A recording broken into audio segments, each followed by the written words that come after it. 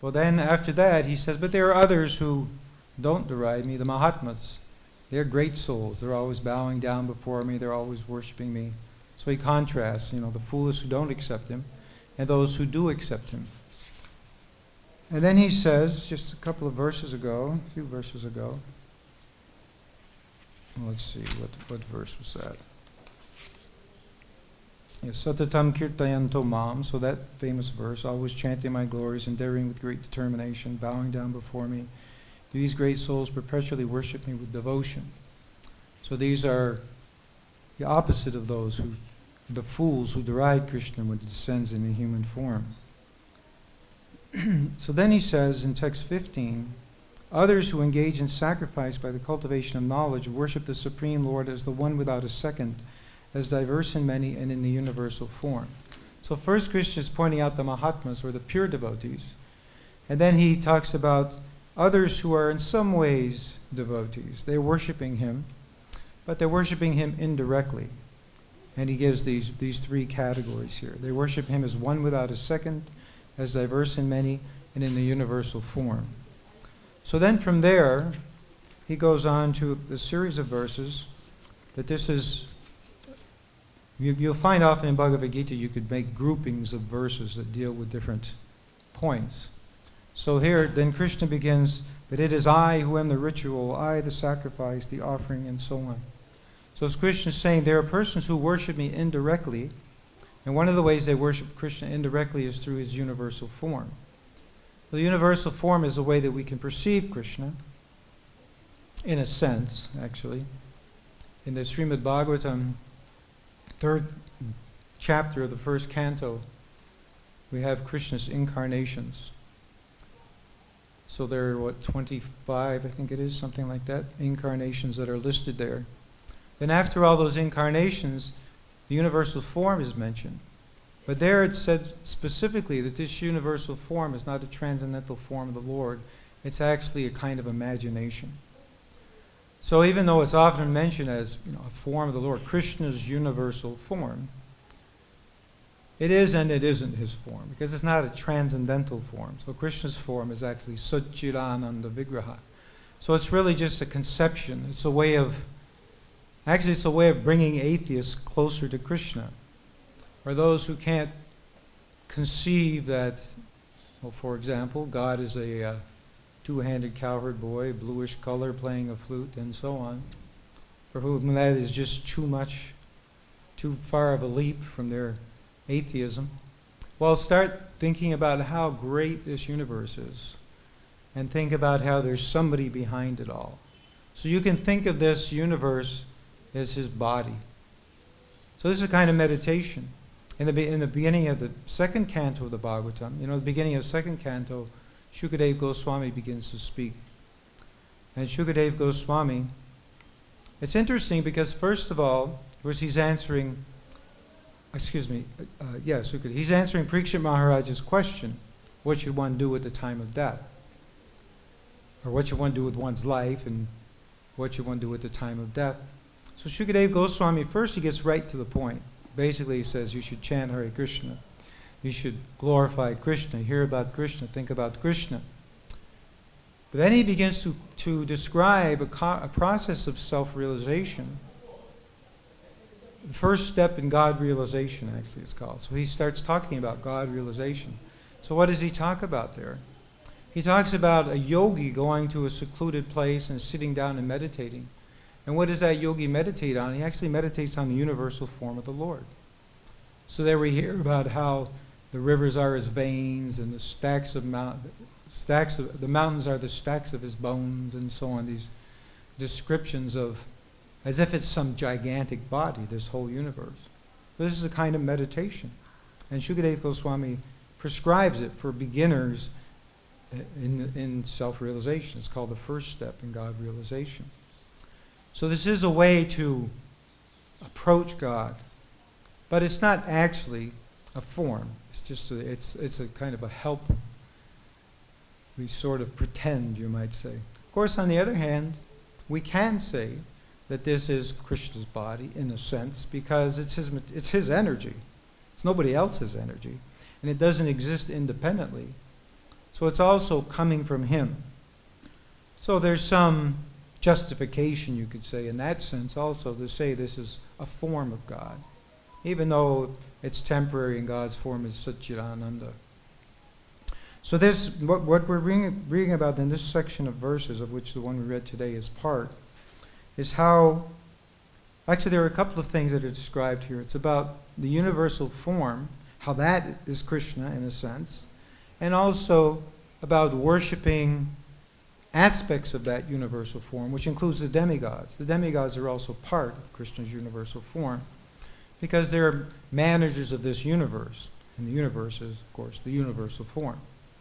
So in a sense, they're also part of it. In fact, we can read, there comes up several places in the Bhagavatam where we hear about creation, how creation unfolds. And there we hear about demigods being in charge of different aspects. For example, Indra is mentioned in the verse that we read today. So Indra is in control of the arms, grasping. All the things that we do with our hands and our arms, that's under the control of Lord Indra.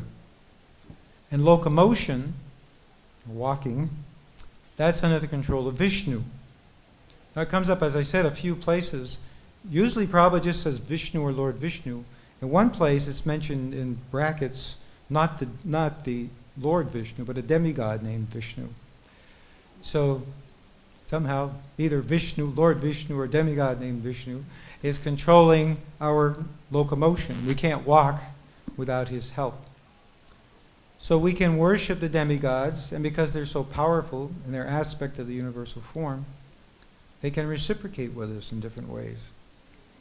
So that's the context of this verse. Krishna says, I'm all those things. He's making that point. My devotees worship me directly, but even those of you who are worshiping the universal form, you're also worshiping me, or those persons. Krishna's talking about them in the third person. They're actually worshiping me. I'm all those things. I'm the butter, the fire of the offering, and so on.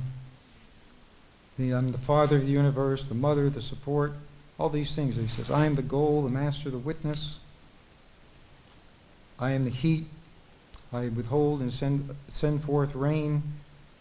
This theme also is repeated in the 15th chapter of Bhagavad-Gita, where Krishna says, I am all these things. Actually, in the context of that is where Krishna, he says, I am seated within the heart, and I give knowledge, remembrance, and forgetfulness. That's the context of that verse. Krishna is saying, I'm all these things, that you're dependent on me for your very food. I'm the fire of digestion. You can't live without me, because without being able to digest food, well, you can't live, and you can't perform sacrifice.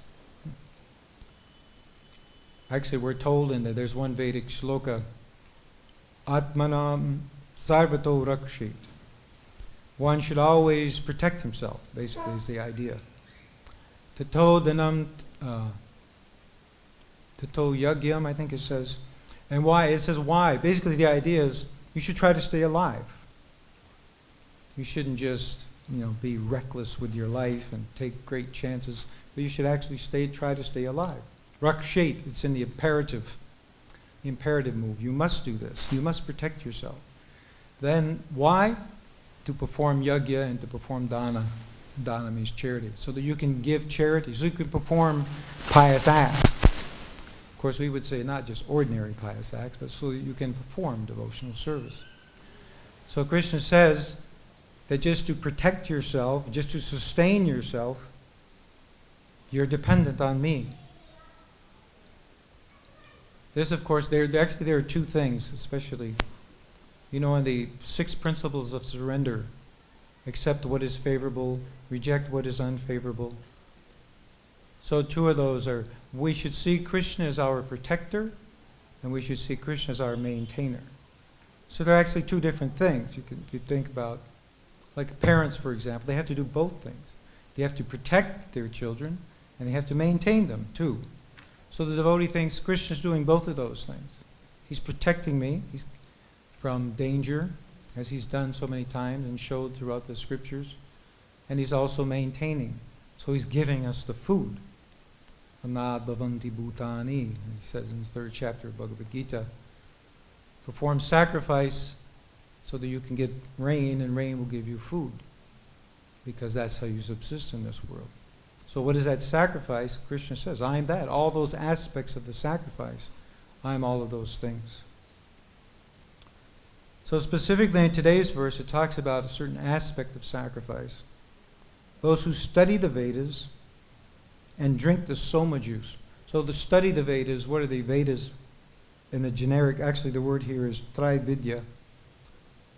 So Trivedi means three Vedas, those who study the three Vedas. That's the Sama, the Rig, and the Yajur Veda. So those are especially about sacrifice. And why do people study those? Because they want to perform sacrifice. They're taught how to perform sacrifice. I tried to find it today, but I couldn't find it. But a couple of years ago, I listened to a lecture by Gopi Pranadhana Prabhu, where he talked about the Vedas and how they work. It was really quite interesting. I'm sorry I can't remember it exactly. But he described it as like when people arrive just like if you go to a big party, these big parties in high society. So there's someone, the butler is standing at the door, and he says, when somebody walks in, he says, introducing Count somebody or whatever, his lordship, whatever, and then, the trumpets blare or whatever. Blah. So this is one of some of the prayers in the I forget whether it's the Rig Veda or the I think it's the Rig Veda. In the Rig Veda, it's like that. It's kind of like announcing who the personalities involved in the sacrifice are. And the Sama Veda, they're put to music. And the Yajur Veda is a lot of the same prayers. Actually, there are about, I think, 10,000 verses in the Sama Veda and about 1,500 verses in the Rig Veda. And the Yajur Veda is around 1,000 verses. Actually, the Yajur Veda is in prose.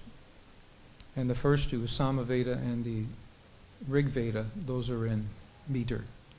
And the Sama Veda especially, it's sung. So the devas that are worshipped there especially are Indra and Agni, and then some other ones, but especially Indra and Agni are worshipped. And why are they worshipped? Because to get some rewards. Of course, they're very intricate. Chanting the Vedic meters has to be, it says here, those who study the Vedas.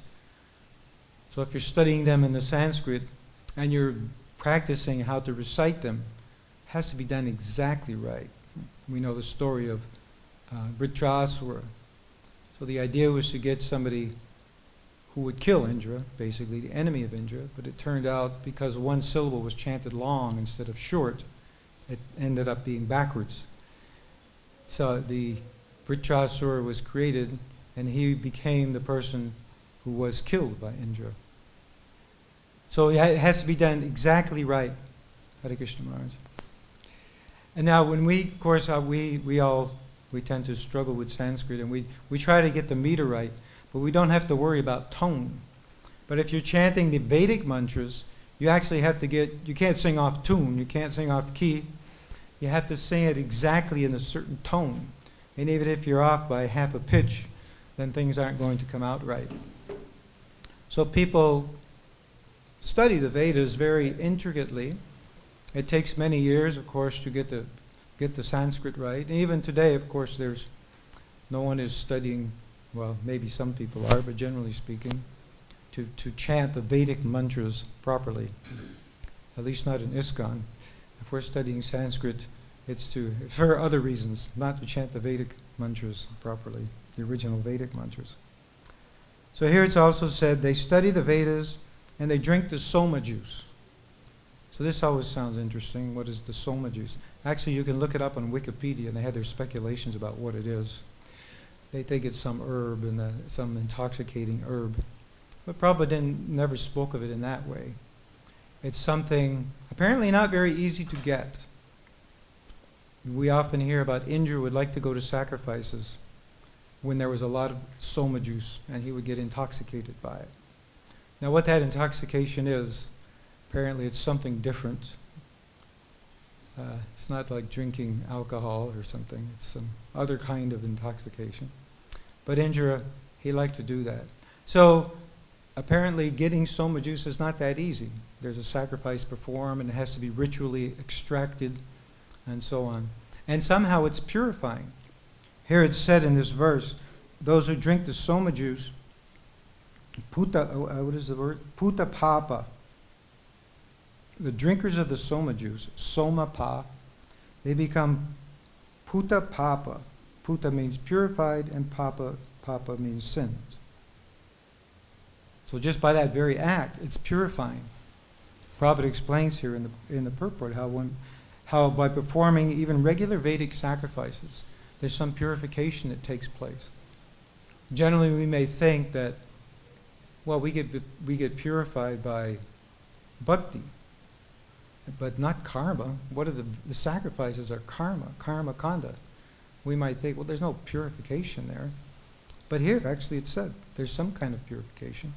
Or at least, as Prabhupada says here, there's purification, what does he say here? Purified of the contamination of the lower qualities of nature, and are thereby elevated to the heavenly, higher planets. So you have to have some kind of purification even to go to heaven. You can't be in a gross mode of ignorance. The modes of ignorance and passion. Ignorance, of course, is especially the lower planets and lower species of life. Passion is more middle planets. Passion means activity. Trying to get somewhere, get something done, going somewhere else. We may see it in our own minds. I often think how it's so difficult to chant Gayatri Mantra, or chant anything actually, even japa, but especially Gayatri Mantra, because, well, it's quiet. It's all going on in here. To me, it's like trying to see through a wall.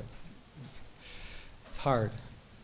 And also because of two problems, the mode of passion and the mode of ignorance. Either I'm falling asleep or in my mind I'm thinking of the next thing I'm going to do. Do we really have to be in the mode of goodness, concentrate, not be in any hurry, to fix your mind?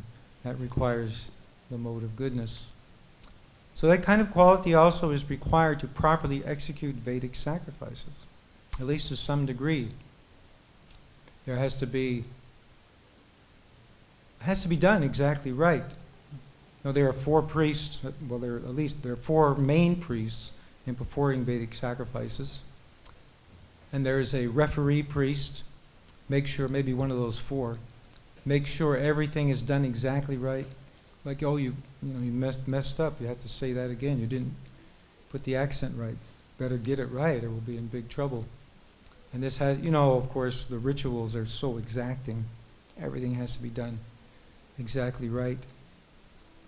So that takes some self-control, takes some dedication. Can't just be whimsically done, that passion, whimsical activity. Just like, actually the monkey is a symbol of that, which we see. So what are they doing? Always running around? I'm thinking now, having been here for a month or so, you really get a close-up view of what non-human life is, like animal life, of eating, sleeping, mating, and defending, because you see it so clearly demonstrated with the monkeys eating. That's all there, and they'll fight like any. Boy, you see these monkeys fighting with each other. It's pretty scary. So defending is and fighting over food and mating right out in the open. And that's animal life. So passion, especially, they're so restless. So that doesn't get you to the heavenly planets. Proper kinds of sacrifice. Krishna says here, those who are performing these sacrifices, they're worshiping me indirectly.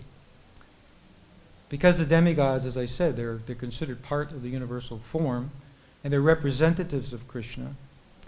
So if one is conscious that these demigods are representatives of Krishna and worships them in that mood, of course we know as the gopis did in worshipping Goddess Katyayani to get Krishna as their husband, and that's fine. But that consciousness should be there. Otherwise, if we forget that or we don't know that, then we're still actually worshiping Krishna in a sense, because they are his representatives after all. But we're not conscious of it. We're not getting a real benefit. and if that's not our intention, to worship Krishna through them. So the benefit is much down, much reduced. But there'll be some benefit. So you can, as it said here, go to the higher planets. Now Prabhupada here, he doesn't make a distinction between Swargaloka and these other higher planets, Maharloka, Janaloka, Tapaloka, and Satyaloka. He just groups them all together. But there's actually quite a difference, quite a big difference between Swargaloka and these other planets. Swargaloka is really for the karmis. The karmis who, they just want a better level of sense gratification, basically. And they're attracted to that because in the Vedic literature there's descriptions of it. Sounds really nice. Know the kind of suffering. Actually, we're all kind of looking for Swarga in this world already. Higher level of enjoyment. So if we hear about a level, even the demigods we know, they're called Amara. From our point of view, they don't die. They live so long, it's like they live forever. So to think, wow, that sounds really nice. And especially no old age, no disease. Your time runs out, you just sort of, next thing you know, you're gone. So you don't really suffer, and the fear of death isn't there. So it sounds pretty nice, actually. So people are attracted to that, especially if that's all they hear, or if that's what their guru is teaching them. I often think, I'm sure all of us, we see so many people, so many pious people, they're coming to the temple or they're circumambulating Vrindavan or circumambulating Giriraj. They come from far away to do that. So what is their motive? Of course, I don't know what's within their heart, but my suspicion is it's not always pure devotional service. There's a sense that this will be good. I'll get blessings. People want blessings. Ashirvad. They want to get blessed. What is that blessing? Well, it means my life will be good. What does that mean exactly? Well, I don't really care, actually. I just want it to be good. And I know if I get the flame, or so I'll practically knock you over so I can get that flame. So I like the enthusiasm. Like that devotee, that lady who wanted to see Lord Jagannath, so she stood on Lord Chaitanya's back.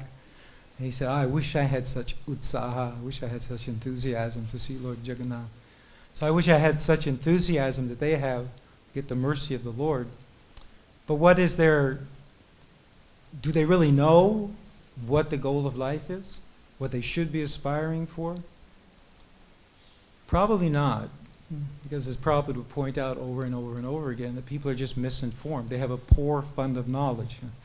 Prabhupada's often used phrase, poor fund of knowledge. They haven't been taught. They've been misguided. So they're not told that the goal of life is not just to be happy, to get your son married to a nice girl or whatever, or your daughter married to a rich man or whatever. No, there's a lot more to life than that. But people, they want something better.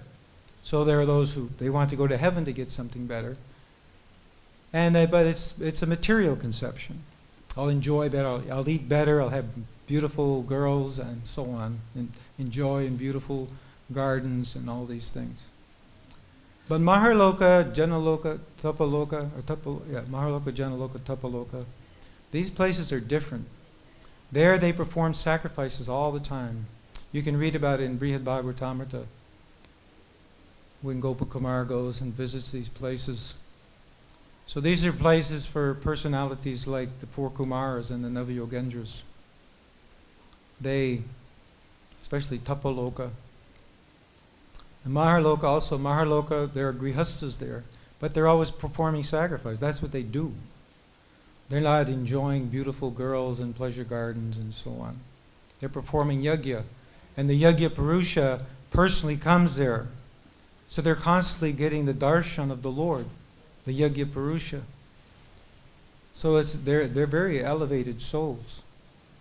The only problem with Maharloka is when the lower planetary systems up to Swargaloka get burned, in one of the devastations, they feel a little bit of the heat. So they say, oh, time to move on, and they go up to the next level. So that Janaloka, that's basically like Maharloka, but you don't get cooked there, or you don't get heated. You don't get heated up there. But same kinds of activities generally, and a lot of meditation, and Tapaloka also, internal. So there's a discussion there. Pipalayana Rishi, he's trying to convince Gopakumar that meditation is the best thing. We say, of course, no, chanting is better. There's a whole discussion that goes on there. But they say, Pipalayana Rishi, is how wonderful it is. You can just look inside. You can see the Lord whenever you want. You can see Him within your heart. But the devotees, they want to see outside also. They want to see the Lord outside. Somehow in the elevation of bhava, this is considered actually a higher thing, to get the Lord's direct darshan. Of course, in one sense, you're not seeing with these eyes, whatever they're made of tissue and so on. You're seeing with the heart, but there's a sense, the Lord is there, present, outside yourself. So my point is that these planets, they're higher. They're not really, how they're attained, it's not explained there exactly. But some kind of meditation and worship, devas. Now I get the impression there in reading that section that, like here Prabhupada talks about, you go to the heavenly planets by worshiping the demigods. But these higher planets, they're above Surya Loka and Chandra Loka, these heavenly planets that we hear about, they're above these places. So it doesn't seem that by worshiping the demigods in these lower realms that you can go up to these higher realms. Something more is needed. Meditation and higher level, some kind of higher level of sacrifice is needed to take you to these higher places.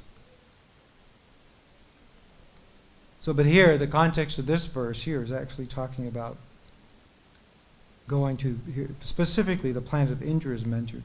Surendra Lokam, Ashnanti Divyan, Divideva Bhogam. So there you can get the pleasure of the devas, the demigods, the kind of pleasure that the demigods get. You can get by worshiping the demigods. Now, of course, what point does Prabhupada make right in the beginning of the purport here? This verse is about worshiping the demigods, going to the heavenly planets. But Krishna says, I am those sacrifices that you're performing to do that. So the point Prabhupada is making is that the Vedas, Traividyama, the three Vedas and all the Vedas and all the Vedic literature, they're forgetting Krishna. They're forgetting, not forgetting, but they're for us to get, to acquire Krishna, to get to Krishna, to attain Krishna. That's really what the Vedas are about. There's that verse which I always forget, Veda Ramayane Chaiva Purane, I forget how it goes, it says, Sarvatra Giyate.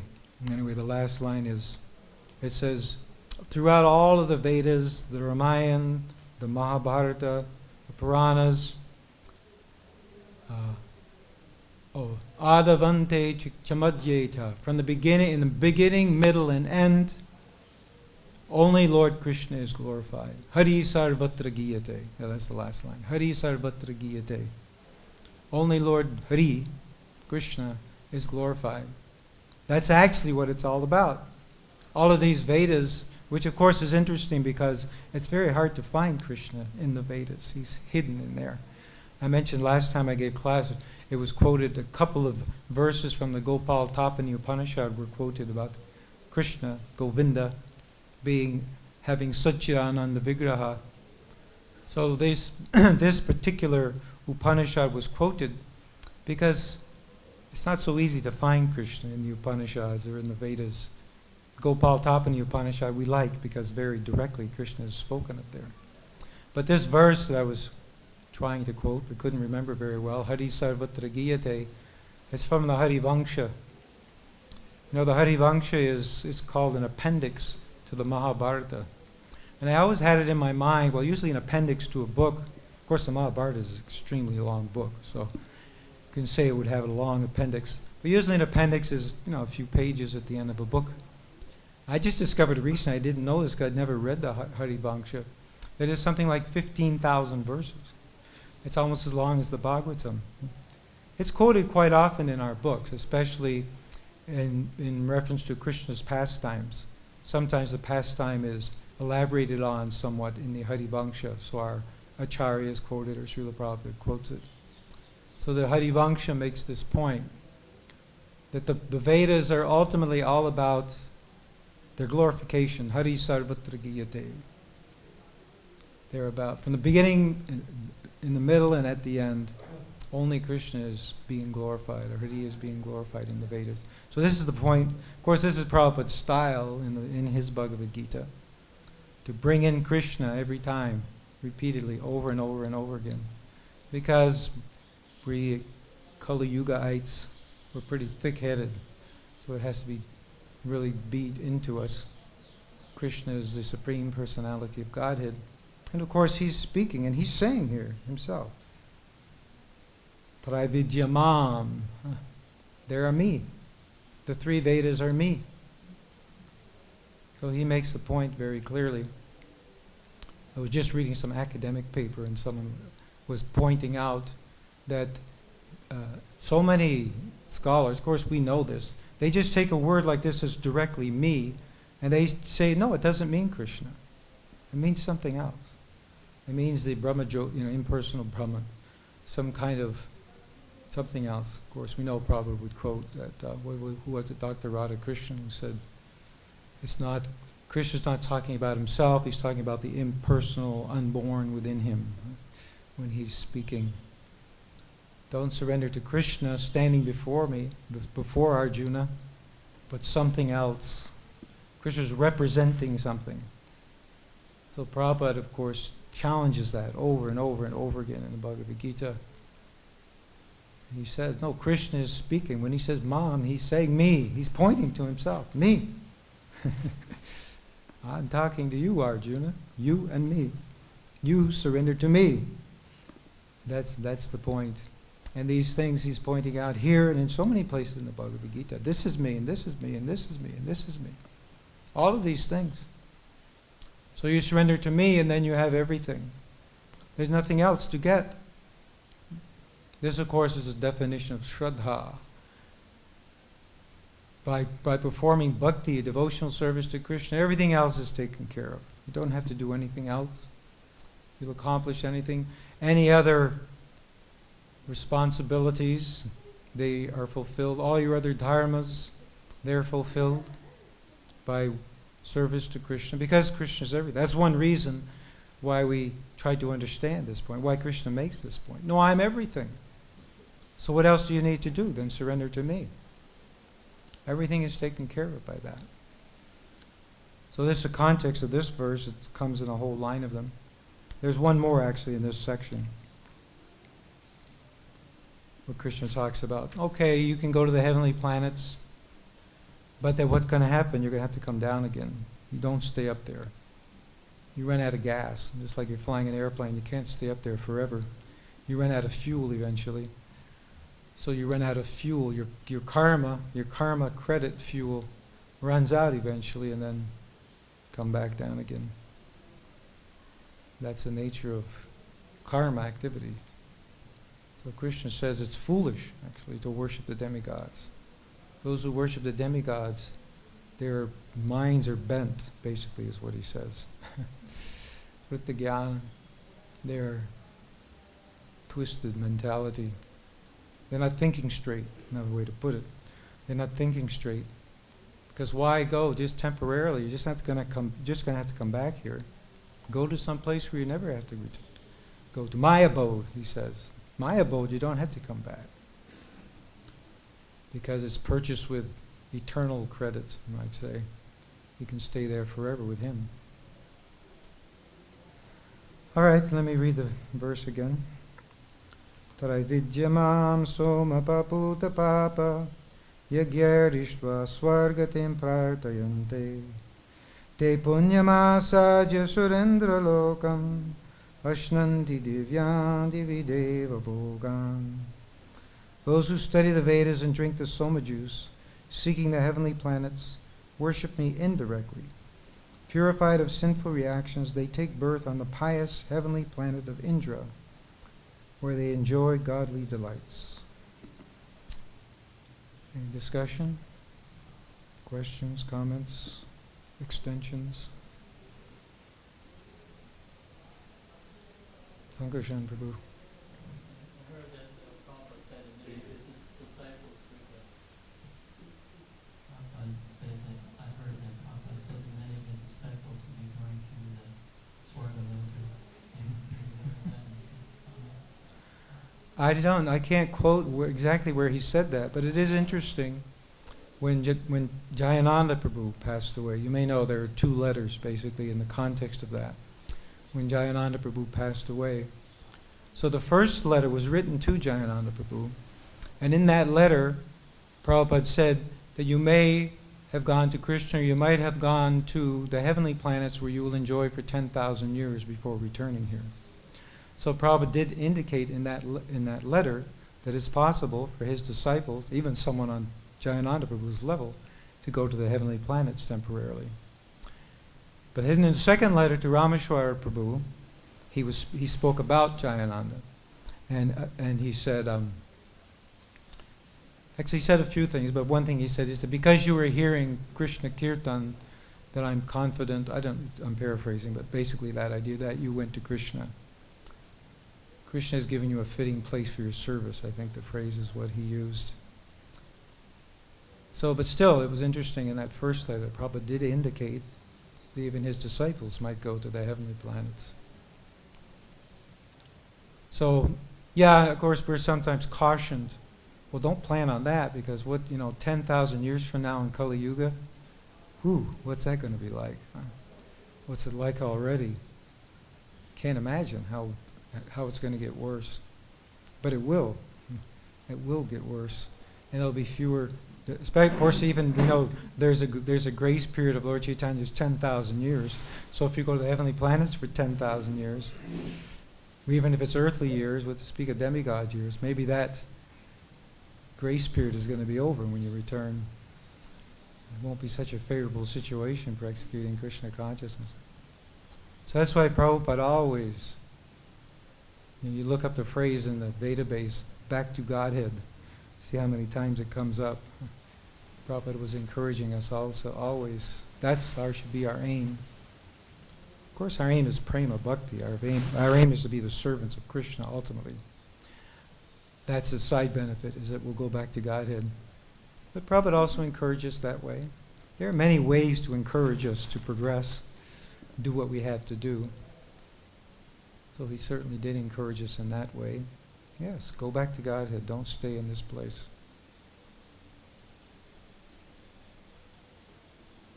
And we always hear, of course, like I was saying, other people, they don't know these things. They want blessings. They don't know why exactly. They just want a better life, maybe a better next life. But what is it exactly? Not clear. But we're clear from day one in Krishna consciousness. We're clear what we should be aiming for. You don't find one place where Prabhupada is encouraging us to go to the heavenly planets. But other people are being encouraged in that way, being misled in that way. I remember one time years ago, I spent some time in India with a devotee doing life membership. And we went to see one I forget what family it was. It was one of the big families of India, rich families. It wasn't the Birlas, but it was some big family. So we went to see this member of the family, and his guru was there. And they were speaking in Hindi the whole time, so I didn't hear what they were saying, but the devotee told me after. He says the guru kept preaching karma kanda the whole time. I was trying to preach bhakti to this man, and the guru kept bringing in, he was a karma kandi. That was his goal in life, was to go to the heavenly planets. And he was trying to get this other person to also aim to go to the heavenly planets. So we don't have to worry about that. Prabhupada didn't tell us that. He was always directing us to the lotus feet of Krishna. Yeah. Knowledge, soma, that's about knowledge. Mm-hmm. So knowledge, whatever we are getting, whether we are utilizing in proper way or misusing that knowledge, so how we can understand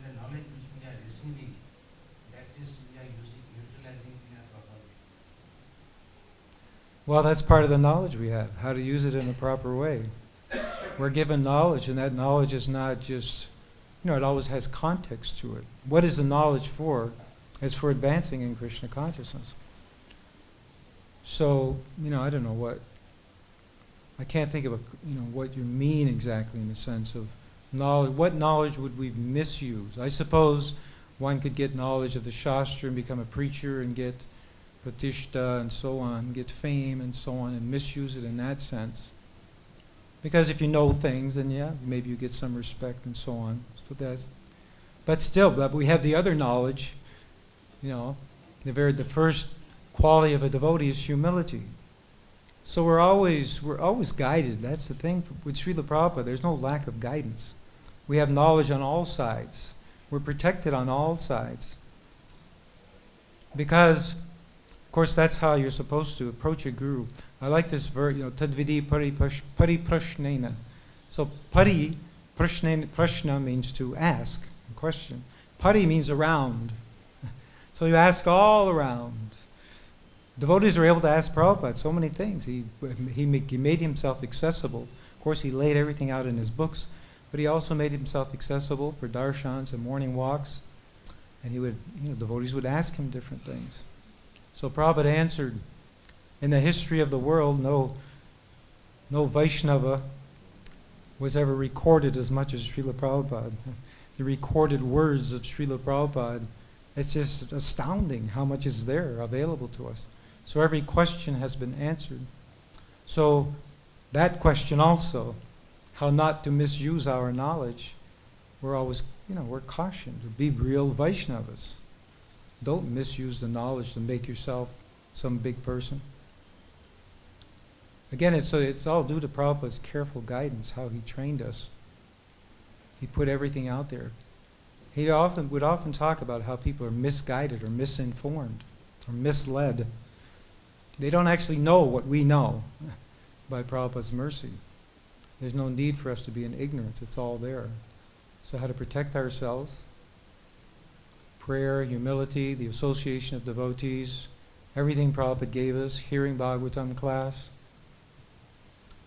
I know when I hear class, we're always devotees. Giving class means devotees talk on the high standards. I often find it difficult because, I fall so short. There are some devotees where I'm from in Alachu, and I have to listen to that again. We should do this, we should do that. This is the level we should be on. Sometimes it's a little hard to take, but at least we know. Sometimes I think we can compare ourselves. In my mind I may think, I'm better than this devotee. This devotee's not chanting all their rounds or so on, so I may feel proud or whatever, I'm better. But I think, maybe we should compare ourselves to the 6 Goswamis instead. That'll make you humble. Look at the example of the Acharyas. Look at Prabhupada's example. If you want to get humble, what we can do and so on. So humility is extremely important, and we have so many examples. We have such wonderful exemplars of bhakti. So that in itself also, we see how to protect ourselves from not misusing the knowledge that we're getting. Right. Also, Krishna is saying everything is me. Mm-hmm. Krishna. I am the sun, I am the moon, I am water, I am everything. So, whichever we take, water or sun, and if we remember Krishna, that is correct. If we see sun and we say that we sun remember is Krishna. The water we take, the water taste is Krishna. So if we are thinking always about him in that manner or any other manner, so In any way. Of course, there are different levels. The way gopis are thinking of Krishna and I'm thinking of Krishna, not exactly the same, but we have to start somewhere. We have to fill our lives with remembrance of Krishna. And Prabhupada would make this point a lot, actually. He would say, it is so easy to be Krishna conscious. Krishna says, I am the light of the sun and the moon. So the sun is always there. How can you forget Krishna? Of course, Prabhupada would often speak that way. How can you not be Krishna conscious? Krishna is all these things, so how can you not be Krishna conscious? But of course we can be, because we think of ourselves and what's going on in here and so on. So we have to practice. But all of these things bring us closer and closer to Krishna. So there are many ways. Prabhupada gave us so many ways. We can actually practice these things. When you drink water, he would say, practice thinking of Krishna. When you drink water, or whatever. All these points that Krishna makes about himself in Bhagavad-Gita. So you practice it. Instead of just spacing out, we practice chanting. Don't let the mind be idle. Use it, focus it on Krishna. But here again, these are examples of Prabhupada's excellent training of his disciples. We just have to take it. It's all there. It's all there for us to take advantage of. Something else? Yes, Prabhu. We're practicing being pure devotees. Yes. Practice that, That's right. That's right. which is a wonderful thing. Sometimes I think, well, that's great for devotees to be practicing to be a pure devotee. But when I go to the doctor and I see that he's got to practice, I'm a little nervous.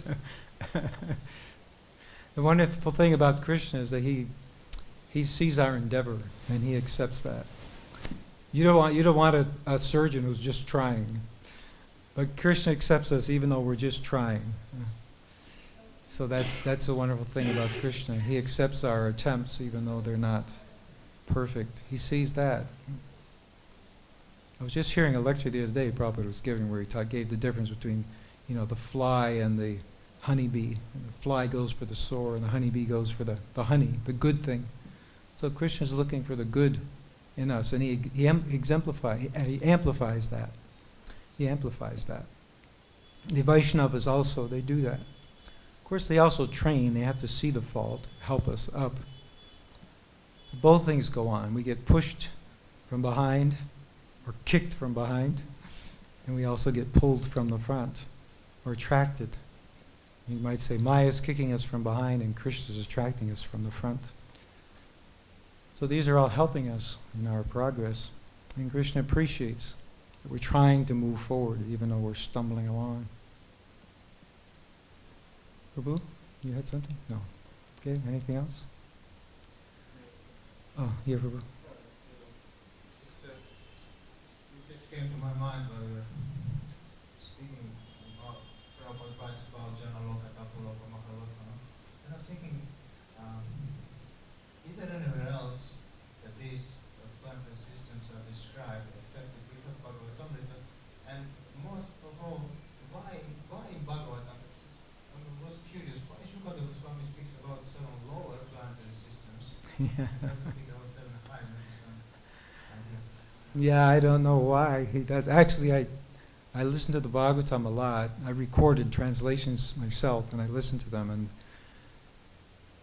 I don't really. I understand how it's structured, the basic structure of it, but why certain things are covered and other things are not covered, and why certain stories are told, especially the 9th canto. That's a real mind blower. Some of the stories that are there. Yeah, it's hard for me on a certain level. I don't understand it. And I was just reading the other night in Brihad Bhagavatamrita, Lord Chaitanya was glorifying the Bhagavatam. And he said that every line of the Bhagavatam is saturated with Krishna prema. And I was thinking, even the description of the hellish planets, even Pururva and Purvachiti or Urvashi and these, you get a whole chapter about somebody, is it Agnidra and Purvachiti's seducing her basically. The whole chapter is him seducing her. So I think there's got to be in different levels. Of course, we know there are different levels.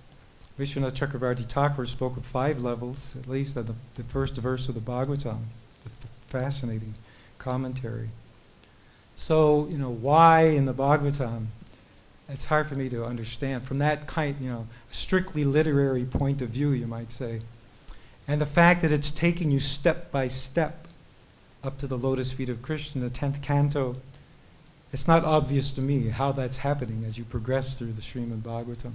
And of course, Jiva Goswami also says that all the topics of the Bhagavatam, which are kind of a progression, he says they don't match up with each canto of the Bhagavatam in that sense. they're kind of covered here and there. There may be an emphasis some more in certain cantos on certain topics of the Bhagavatam, but they're spread here and there. But still, we do have this anukramishati. Anukram is step by step as you go through the Bhagavatam. You go up to the 10th canto and you're supposed to be ready for the 10th canto. But why this, of course what's also interesting is that Brihad Bhagavatamrita is supposed to be the nectar or the essence of the Bhagavatam. But it seems to have a lot more than what's present. It seems to be an expanded version of the Bhagavatam in many ways. We get to see, just like this, we don't hear about the Kumaras and these higher planetary systems and so on and what they're speaking about. But Sanatana Goswami brings it out in his book. A wonderful book. I love that book, Brihad Bhagavatamrita. It's so amazing. So yeah, I can't really understand why. Shukadeva Goswami, of course, part of it is his ecstasy. He's speaking just in his ecstasy. And the other speakers of the Bhagavatam also, they're speaking things according to their bhava, their mood, what they want to emphasize. And Shukadeva Goswami, I was saying that, the structure of the Bhagavatam, basically it's a description of the Manus and what happens in the different Manvantars, especially Swayambhuva Manu, all the way up through the 4th canto, and different dynasties and so on. So that's sort of the main structure. So as Shukadeva Goswami is speaking, and there's lists of names, especially the 9th canto, right? The whole chapters of this person's son was this person's son was that person, and so on. So what will happen a lot of times is that then Parikshit Maharaj will hear something and he'll say, well, wait, stop here for a moment. Can you expand on that? That sounds interesting. Why did that happen? Why did he get cursed by this person or whatever? So then the whole story will unfold.